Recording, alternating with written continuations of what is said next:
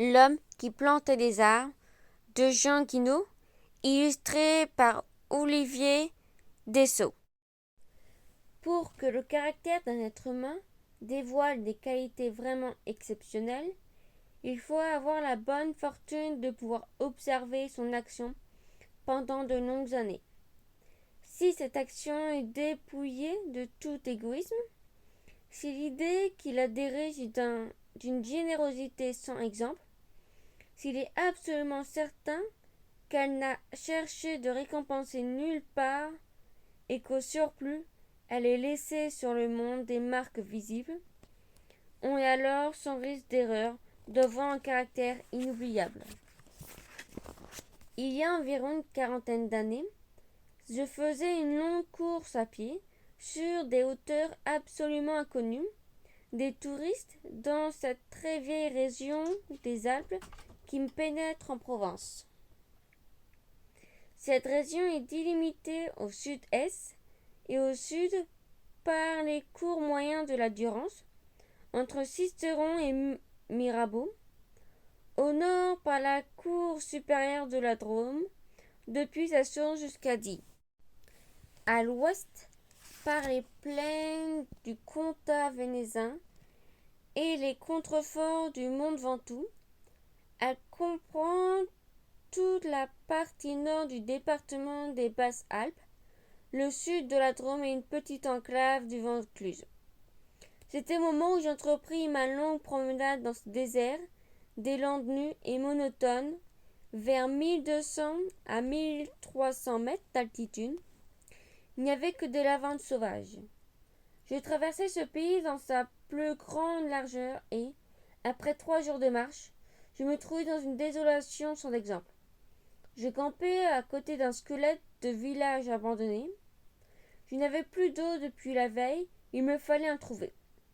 Ces maisons agglomérées, quoique en ruine, comme un vieux nid de guêpes, me firent penser qu'il y avait dû y avoir là, dans le temps, une fontaine ou un puits. Il y avait bien une fontaine, mais sèche. Les 5 à 6 maisons sans toiture, rongées de vent et de pluie, la petite chapelle au clocher écroulé, étaient rangées comme le sont des maisons ou les chapelles dans les villages vivants. Mais toute vie avait disparu. C'était un beau jour de juin, avec un grand soleil, mais, sur ces terres sans abri et haut dans le ciel, le vent soufflait avec une brutalité insupportable. Ces grondements dans les carcasses des maisons étaient ceux d'un fauve dérangé dans son repas. Il me fallut lever le camp. À 5 heures de marche de là, je n'avais toujours pas trouvé d'eau et rien ne pouvait me donner l'espoir d'en trouver. C'était partout la même sécheresse, la même herbe ligneuse. Mais il semblait apercevoir dans le lointain une petite silhouette noire, debout. Je la pris pour la tronc d'un arbre solitaire. À tout hasard, je me dirigeai vers elle. C'était un berger.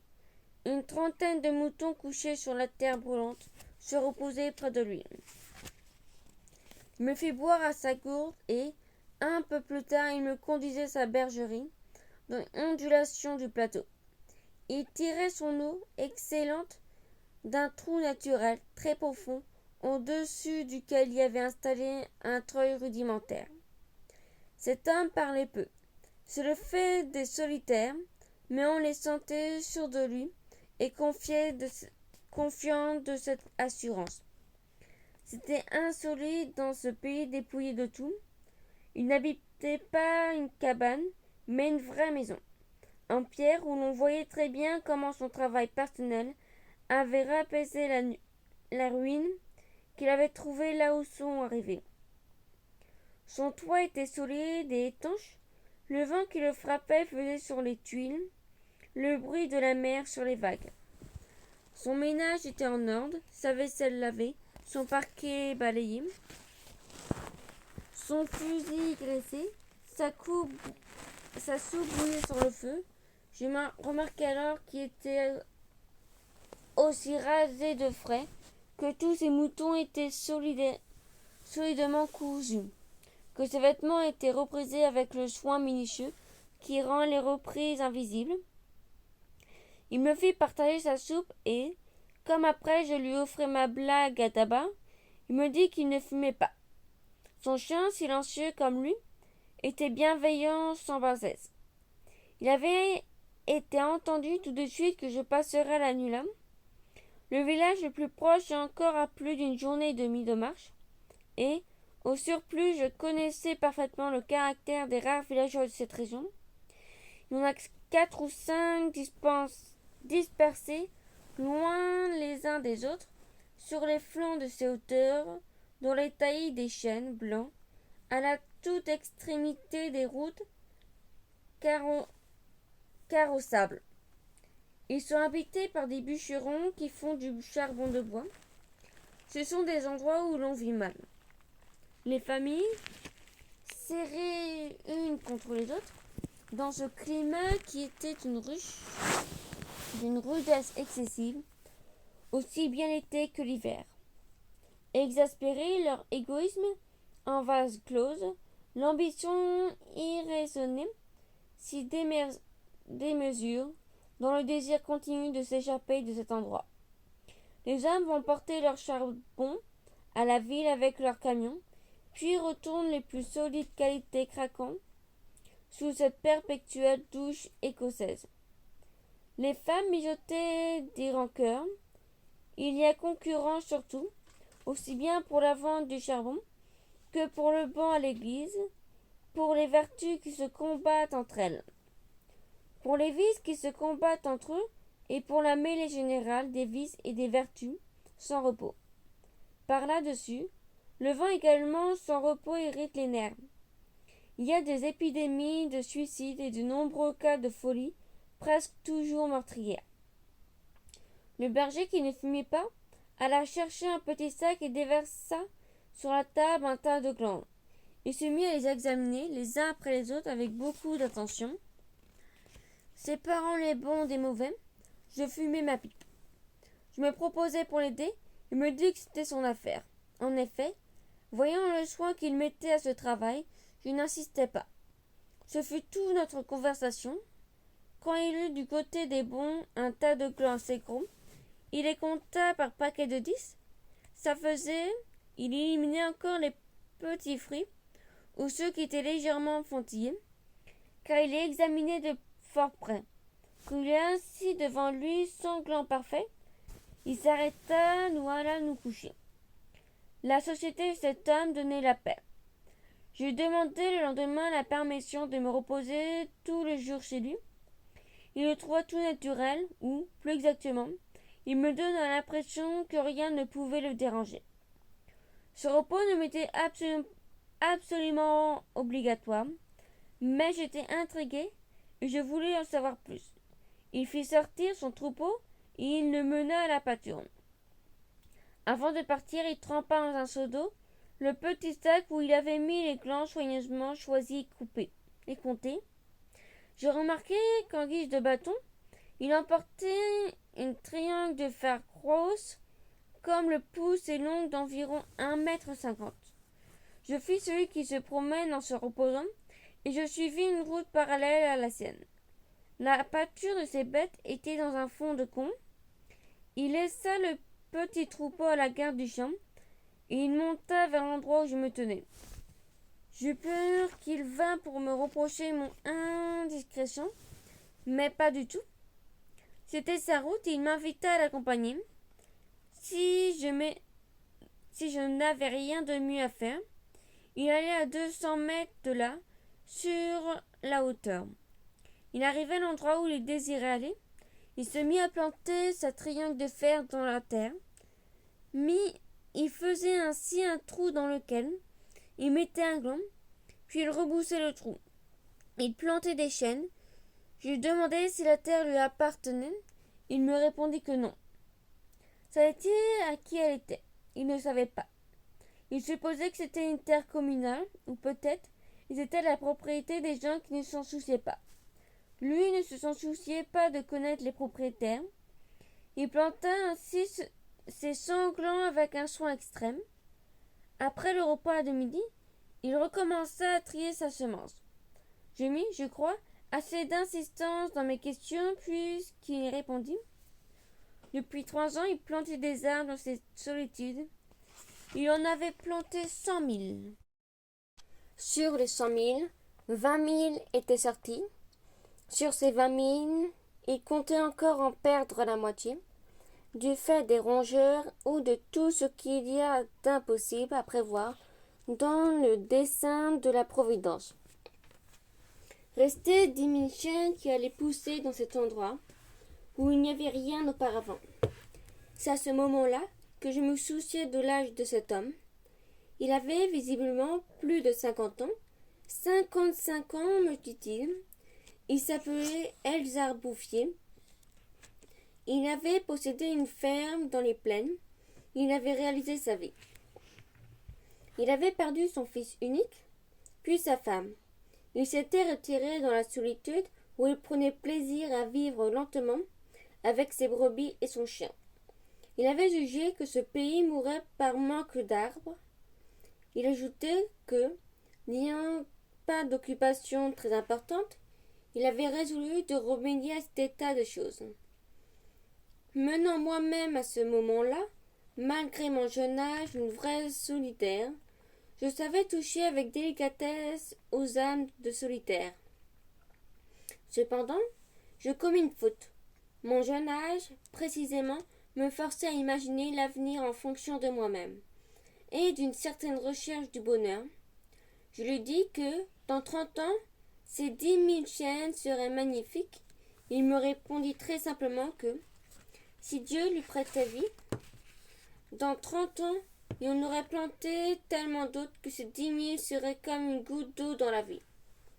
Il étudiait déjà, d'ailleurs, la reproduction des êtres, et il avait près de sa maison une pépinière issue des faines. Les sujets qu'il avait protégés avec ses moutons pour une barrière en grillage étaient de toute beauté.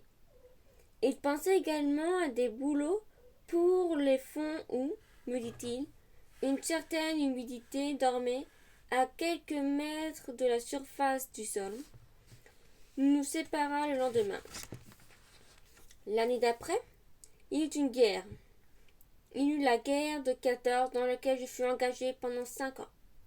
Un soldat d'infanterie ne pouvait guère y réfléchir à des arbres. À dire le vrai, la chose même n'avait pas marqué en moi. Je l'avais considérée comme une dada, une collection de timbres et oubliée. Sorti de la guerre, je me trouvais à la tête d'une prime de démobilisation minuscule, avec le grand désir de respirer un peu d'air pur. J'ai sans idée préconçue, sauf celle-là, que j'ai repris le chemin de ces contrées désertiques. Le pays n'avait pas changé. Toutefois, au-delà du village mort, j'aperçus dans le lointain une sorte de brouillard gris qui recouvrait les hauteurs comme un tapis. Depuis la veille, je m'étais remis à penser à ce berger planteur d'arbres. 10 000 chênes, me disais-je, occupant vraiment un très large espace.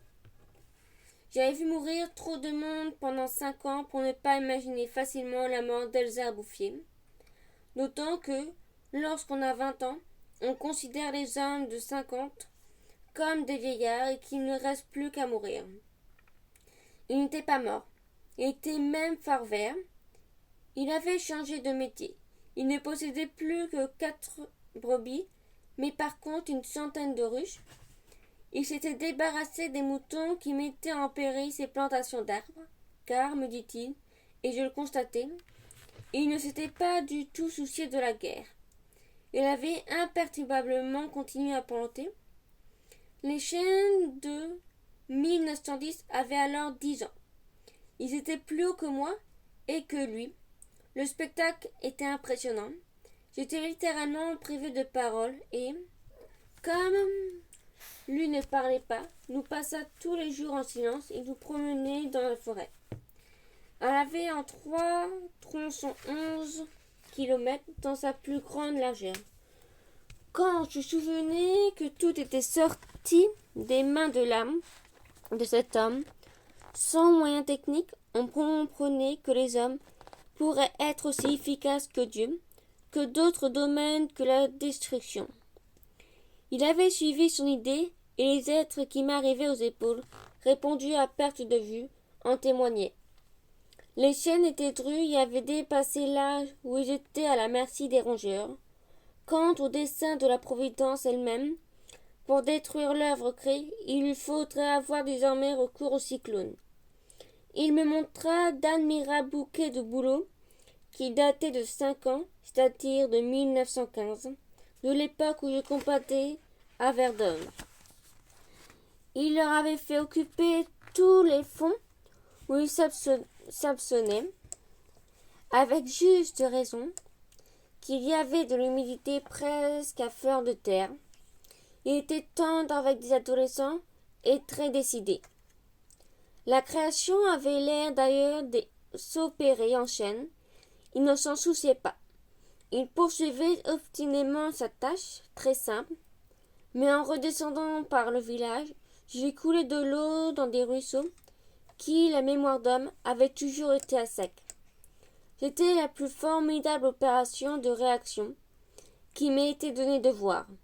Ces ruisseaux secs avaient jadis porté de l'eau dans des temps très anciens. Certains de ces villages tristes, dont j'ai parlé au début de mon récit, s'étaient construits sur les emplacements d'anciens villages gallo-romains dont il restait encore des traces, dans lesquels les archéologues avaient fouillé. Ils avaient trouvé des hameçons et des endroits où une vingtaine de siècles ont été obligés d'avoir recours à des citernes pour avoir un peu d'eau. Le vent aussi dispersait certaines graines, en même temps que l'eau réapparaissait, les sols, les osiers, les prés, les jardins, les fleurs et une certaine raison de vivre. Mais la transformation s'opérait si lentement qu'elle entrait dans l'habitude sans provoquer d'étonnement. Les chasseurs qui montaient dans les solitudes à la poursuite des lièvres ou des sangliers avaient bien constaté les foissements des petits arbres, mais ils l'avaient mis sur le compte des malices naturelles sur la terre. C'est pourquoi personne ne touchait à l'œuvre de cet homme. Si on l'avait soupçonné, on l'aurait contrarié. Il était insoupçonnable.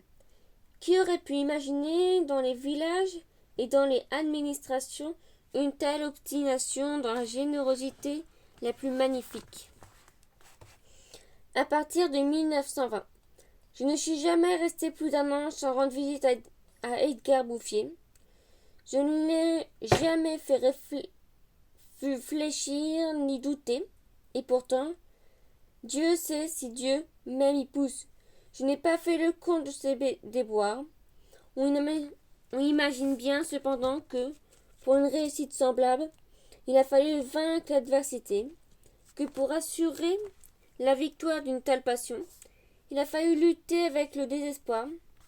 Il avait pendant 1 an planté plus de 10 000 Arabes et mourut tous. L'an d'après, il abandonna les Arabes pour reprendre les hêtres qui résistaient encore mieux sur les chaînes. Pour avoir une idée à peu près exacte de ce caractère exceptionnel, il ne faut pas oublier qu'il s'exerçait dans une solitude totale, si totale que vers la fin de sa vie, il avait perdu l'habitude de parler, ou peut-être n'en voyait-il pas la nécessité. En 1933, il reçut la visite d'un garde forestier vers lui. Ce fonctionnaire lui intimina l'ordre de ne pas faire de feu dehors, de peur de mettre en danger la croissance de cette forêt naturelle. C'était la première fois, lui dit-il, cet homme naïf, qu'on voyait une forêt pousser toute seule. À cette époque, il avait planté des heures à 12 kilomètres de sa maison. Pour s'éviter le trajet d'aller-retour, car il avait encore 75 ans, il envisageait de construire une cabane de pierre sur les lieux mêmes de cette plantation, ce qu'il fit l'année d'après. En 1935, une véritable délégation administrative vint examiner la forêt naturelle. Il y avait un grand personnage des eaux en forêt, un député, des techniciens. On prononça beaucoup de paroles inutiles. On décida de faire quelque chose, et heureusement on ne fit rien. Sinon la seule chose utile, mettre la forêt sous la sauvegarde de l'État, et interdit qu'on vienne y charbonner, car il était impossible de n'être pas subjugué par la beauté de ces jeunes arbres, en pleine santé. et elle exerça son pouvoir de séduction sur le député lui-même. J'avais un ami parmi les capitaines forestiers qui était de la délégation. Je lui expliquai le mystère. Un jour de la semaine d'après, nous allâmes tous deux à la recherche d'Edgar Bouffier. Nous le trouvâmes en plein travail à 20 kilomètres de l'endroit où avait lieu l'inspection. Le capitaine forestier n'était pas mon ami pour rien. Il connaissait la valeur des choses. Il sut rester silencieux. J'offris les quelques œufs que j'avais apportés en présent. Nous partageâmes nos casse-croûtes en trois, et quelques heures passèrent dans la contemplation muette du paysage. Le côté d'où nous venions était couvert d'arbres de 6 à 7 mètres de haut. Je me souvenais de l'aspect du pays en 1913, le désert. Le travail paisible et régulier, l'air vif des hauteurs, la frugalité et surtout la sérénité de l'âme, avaient donné à ce vieillard une santé presque solennelle. C'était un athlète de Dieu. Je me demandais combien d'hectares il allait encore couvrir d'arbres. Avant de partir, mon ami fit simplement une brève suggestion à propos de certaines essences auxquelles le terrain d'ici paraissait devoir convenir. Il n'insista pas. Pour la bonne raison, me dit-il, après, que ce bonhomme en sait plus que moi. Au bout d'une heure de marche, l'idée ayant fait son chemin y ajouta. Il en sait beaucoup plus que tout le monde. Il a trouvé un fameux moyen d'être heureux. C'est grâce à ce capitaine que, non seulement la forêt, mais le bonheur de cet homme furent protégés. Il fit nommer 3 gardes forestiers pour cette protection, et il les terrorisa de telle façon qu'il restera sensible à tous les pots de vin que les bûcherons pouvaient proposer. L'œuvre ne courut un risque grave que pendant la guerre de 1939. Les automobiles marchant alors en kérosène, on n'avait jamais assez de bois. On commençait à faire des coupes dans les chaînes de 1910, mais ces derniers sont si loin de tout réseau routier que l'entreprise se révéla très mauvaise au point de vue financier. On l'abandonna. Le berger n'avait rien vu. Il était à 30 kilomètres de là. Continua paisiblement sa besogne, ignorant la guerre de 39 comme il avait ignoré la guerre de 14. J'ai vu Edgar Bouffier pour la dernière fois en juin 1945. Il avait alors 87 ans. J'avais donc repris la route du désert, mais maintenant, malgré le délabrement dans lequel la guerre avait laissé le pays, il y avait un quart qui faisait le service entre la vallée de la Durance et la montagne. J'ai mis sur le compte de ce moyen de transport relativement rapide le fait que je ne connaissais plus les lieux de mes premières promenades. Il me semblait aussi que l'itinéraire me faisait passer par des endroits nouveaux. J'ai besoin d'un nom de village pour conclure que j'étais bien cependant dans cette région jadis, en ruine et désolée. Le cœur me débarqua à Vergon. En 1913, ce hameau de 10 à 12 maisons avait 3 habitants. Il était sauvage, se détestait, vivait de chasse au piège, à peu près dans l'état physique et moral des hommes de la préhistoire. Les heurtis dévoraient autour d'eux les maisons abandonnées. Leur condition était sans espoir.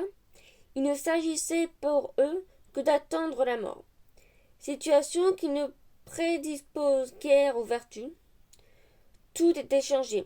L'air lui-même, un lieu des bourrasques sèches et brutales qui maquillaient jadis, soufflait. Une brise souffle, chargée d'odeurs. Un bruit semblable à celui de l'eau venait des hauteurs. C'était celui des vents dans les forêts. Enfin, chose plus étonnante, j'entendis le vrai bruit de l'eau. Coulant dans un bassin, je vis qu'on avait fait une fontaine.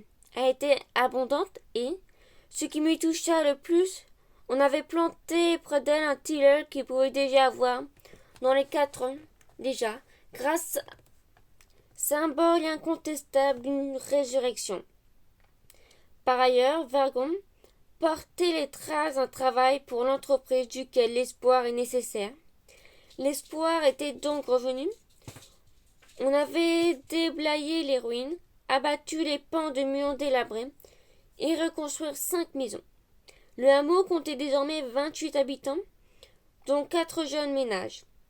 Les maisons neuves, crépies de frères,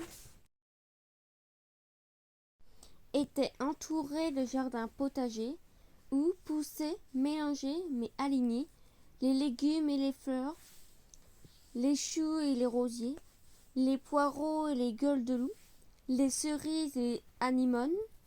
C'était désormais un endroit où l'on avait envie d'habiter. À partir de là, je fis mon chemin à pied. La guerre dont nous sortions à peine n'avait pas permis l'épanouissement complet de la vie, mais Lazare était hors du tombeau. Sur les flancs apaisés de la montagne, je voyais de petits champs d'orge et de seigle en herbe. Au fond des étroites vallées, quelques prairies verdissaient. Il n'a fallu que les 8 ans qui nous séparent de cette époque pour que tout le pays resplendisse de santé et d'essence. Sur l'emplacement des ruines que j'avais vues en 1913 s'élèvent maintenant des fermes propres, bien crépies, qui dénotent une vie heureuse et confortable. Les vieilles sources, alimentées par les pluies et les neiges qui retiennent les fleurets, se sont remis à couler. On en a canalisé les eaux, à côté de chaque ferme, dans des bosquets d'érables. Les bassins des fontaines débordent sur des tapis de menthe fraîche. Les villages se sont reconstruits peu à peu. Une population venue des plaines où la terre se vend chère s'est fixée dans le pays, y apporte de la jeunesse, du mouvement, de l'esprit d'aventure. On rencontre dans le chemin des hommes et des femmes bien nourris, des garçons et des filles qui savent rire et ont repris goût aux fêtes campagnardes. Si on compte l'ancienne population, méconnaissable depuis qu'elle vit avec douceur, et les nouveaux venus, plus de 10 000 personnes doivent leur bonheur à Elzar Bouffier. Quand j'ai réfléchi qu'un homme seul, réduit à ses simples ressources physiques et morales, a suffi pour faire surgir du désert ce pays de Canaan, je trouve que, malgré tout, la condition humaine est admirable, mais quand je fais le compte de tout ce qu'il a fallu de constance dans la grandeur d'âme et d'acharnement dans la générosité pour obtenir ce résultat, je suis pris d'un immense respect pour ce vieux paysan sans culture qui a su mener à bien cette œuvre digne de Dieu. Elzar Bouffier est mort paisiblement en 1947 à l'hospice de Beaunon.